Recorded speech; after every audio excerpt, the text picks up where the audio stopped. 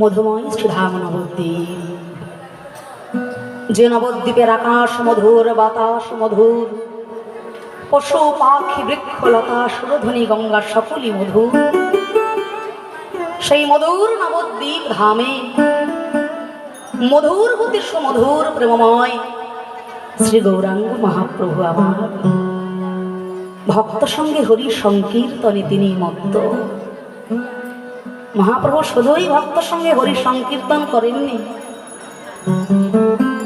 বিদ্যা শাস্ত্র তর্ক যুদ্ধে কত বড় বড় দিগ্বিজয়ী পণ্ডিতদেরকে তিনি পরাজিত করেছেন।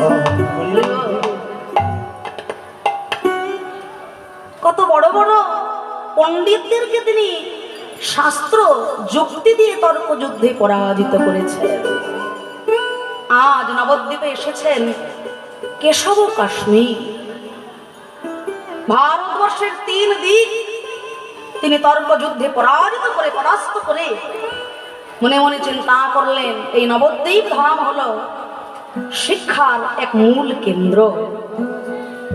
এই নবদ্বীপ ধামে বিশেষ বড় বড় টোল আছে এবং মহা মহা পণ্ডিতের বাস।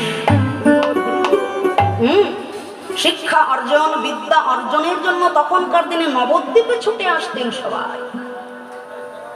তা তিনি মনে মনে চিন্তা করলেন যে নবদ্বীপ ধামে এসে আমি যদি আমার পাণ্ডিত্যই না দেখালাম তাহলে আমার জীবনে আর কি করলাম, তাই না? তাই কেশব কাশ্মীর চিন্তা করলেন যে এই নবদ্বীপ ধামে এমন কোন মহাপণ্ডিত আছে যার সঙ্গে আমি তর্ক যুদ্ধে বসতে পারি।